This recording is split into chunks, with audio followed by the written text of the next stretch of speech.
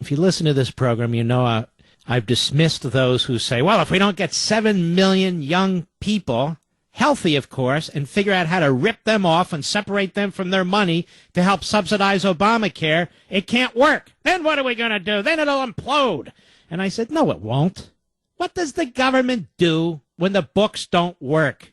Does something implode? No. They steal more of our money. They borrow, they tax, they deficit spend. Right? And that's what they would do, I said. And it looks like some of that's about to happen. Our friends at the Heritage Foundation, remember 6 weeks ago we were supposed to hate the Heritage Foundation. Remember? That's right. John McCain and Mitch McConnell and who else? Orrin Hatch and that Heritage Foundation. I remember when they were good. And they disagree with us now, so we hate them. What's happened to the Heritage Foundation? Nothing's happened to the Heritage Foundation. You boys should look in the mirror. Anyway, the Heritage Foundation, Chris Jacobs. Ready for this one? Question. Is the administration offering insurers an Obamacare bailout? I knew this was going to come. This was just a matter of time. Listen to this. The Centers for Medicare and Medicaid Services, that's what runs Medicare and Medicaid, today released guidance to state insurance commissioners implementing Obama's fix, you know, that fix he talked about, for people losing their insurance. Not only does it violate the explicit text of Obamacare itself, but it also raises the possibility of insurers getting access to a new pool of bailout funds. And Obama met with a lot of these guys today. This is why I try to explain time and time and time again. There is a difference between constitutional conservatives, us, and crony capitalists. There's a difference between those who support free market capitalism and these corporatists. I don't care if they're Republicans or they're pseudo-conservatives, they rely on government for their very existence. They've been conquered, and so they have had in hand. Now, I feel sorry for them because what's going on today is the destruction of an entire industry, because that's what the left does. It destroys. It builds nothing except government, but it destroys. But these executives are looking for money now because they're hurting as a result of what Obama has done, and they want it from you, by hook or by crook. I suspect that's why there was this meeting today at the White House. Not to, what did Obama say? You know, to think things through, to, you know, throw ideas around. Obama doesn't think things through, and he doesn't throw ideas around. He's an ideologue. And an incompetent one at that. So Heritage says, as previously reported, the administration's latest plan waives many of the costly mandates included in Obamacare that are scheduled to take effect on January 1, 2014. And by the way, waives them until next year, January 1, 2015, so they can muscle through the midterm elections, and then all this crap is thrown up against the wall once again. So the president has our nation in a constant convulsion. There's just constant convulsions. Now, the guidance says that these requirements will be waived in clear violation of the text of the law for all plans renewed between January 1, 2014 and October 1, 2014. And the agency also implies these waivers could be extended, stating it will assess whether to extend the waivers beyond the specified time frame. But the real story's buried in the final paragraph of the 3-page memo that went out, where this agency implies it is exploring options to provide additional payments to insurers to offset their losses from the Obamacare debacle. Here's the exact quote. Though this transitional period was not anticipated by health insurance issuers when setting rates for 2014, the Risk Corridor Program should help ameliorate unanticipated changes in premium revenue. We intend to explore ways to modify the Risk Corridor Program final rules to provide additional assistance. In other words, we're going to figure out ways to shovel money to you to help subsidize what we're asking you to do. To translate into English, if some Americans can keep their pre-Obamacare health plans next year, they're not going to enroll in the Obamacare exchanges. That means the enrollees in the exchanges are likely to be sicker than insurers previously expected. Didn't get enough of these young'uns, you see. We didn't suck them in yet. Already this afternoon, the Health Insurance Industry Trade Association has alleged that the president's fix could have significant impact on premiums in the marketplace for that very reason. So this guidance from this agency raises the possibility of using Obamacare's Risk Corridor Program to compensate insurers for the losses. Briefly stated, the risk corridor program shifts funds among insurers. It minimizes losses from carriers with sicker-than-expected enrollees by redistributing gains from carriers with healthier-than-expected enrollees. Now, here's the key. The risk corridor program that I just talked about doesn't need to be budget neutral. If the math demands it, the government can pay out more than it collects through the program.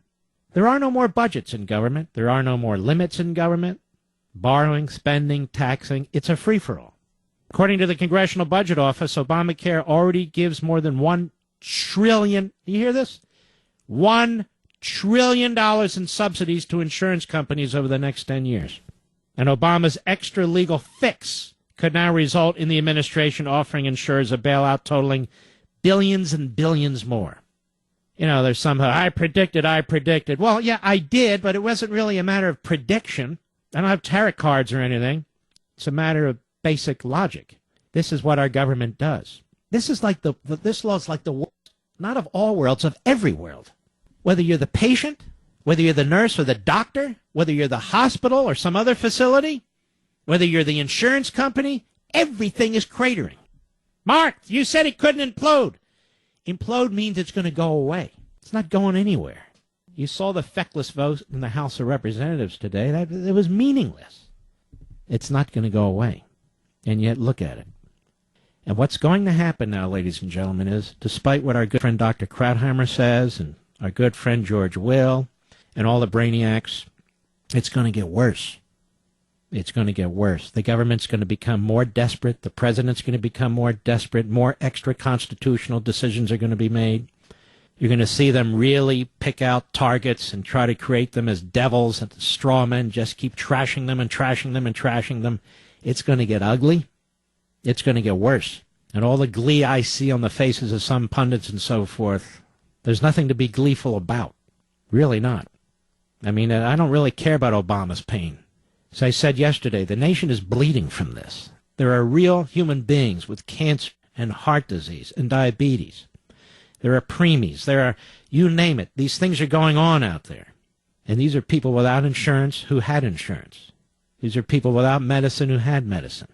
And they're not getting substitute policies. And one more time, I want to emphasize something. When the President of the United States disgustingly says, in so many words, we're only talking about 5 million people, or 19 million people, or 17 million people.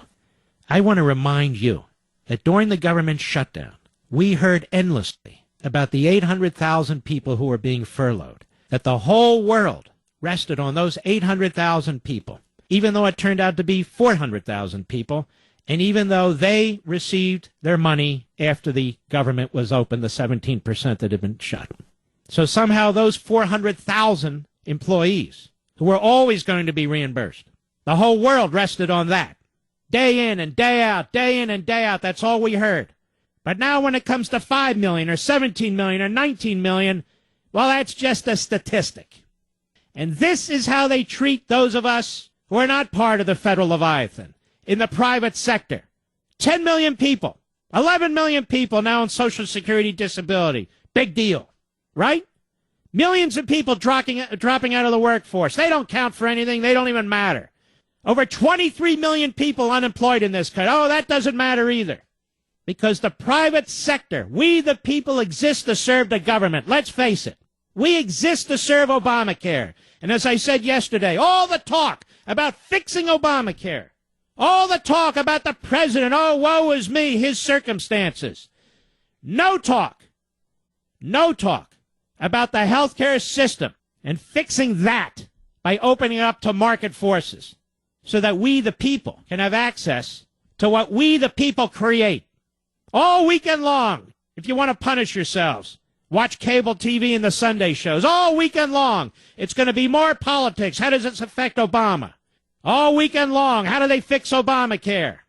When those of you are listening to my voice, you have people in hospitals or needing to see doctors, you're worried about your policy, you don't give a damn about fixing Obamacare or Obama. And this is where so many Republicans and conservatives are missing the boat. Defend liberty. Defend free market capitalism. Defend we the people. At least that's my attitude. Meanwhile, we're about to subsidize the insurance companies. I thought you liberals hated big business. What's the deal? You nationalized GM and Chrysler. Apparently you like them, and you brag about it. You're nationalizing the insurance companies. Now you're subsidizing them. You support subsidizing Wall Street, along with the Republicans. I thought you hated all these people and all these institutions. Isn't it funny, ladies and gentlemen, the entrenched professional ruling class, who they're allied with and who they're not allied with? This is why they hate you and me, conservatives, constitutional conservatives. Call us Tea Party, call us whatever you want. This is why they hate us, because we believe in the Constitution and we reject all of this, all of it. This is why the big money guys in the Republican Party back the Karl Roves and the rest of them, because they don't believe in free market capitalism. No, they don't. They believe in government in one form or another.